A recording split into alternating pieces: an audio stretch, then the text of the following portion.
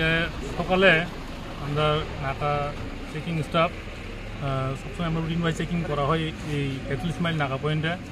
তো আজকে আমরা একটা গাড়ি টেলামোড়ার দিক থেকে আমবাসার দিকে যাইতেছিল।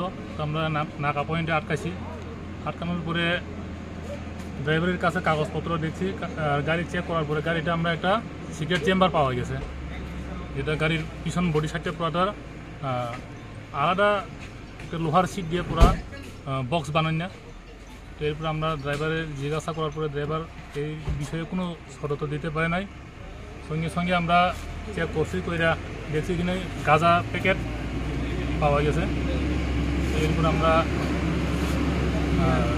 SDM, আমরা DCM আর বিডিও ম্যাডাম, SDPO ম্যাডাম সবাই ঘটনা চলে আসে, স্পটে আসে।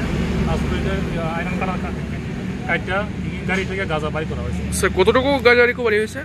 গাঁজা 570 কেজি গাঁজা রিকভারি করা হয়েছে। বাজার মূল্য কত? বাজার মূল্য আনুমানিক 1,14,00,000 টাকা এরকম হবে। গাড়িটা তো দর্শন কোন সময়? গাড়িটা আজকে সকালে ধরা হয়েছে। কিন্তু আমরা যারা খবর আছে গাড়িটা কালকে রাত্রে ধরা হয়েছে।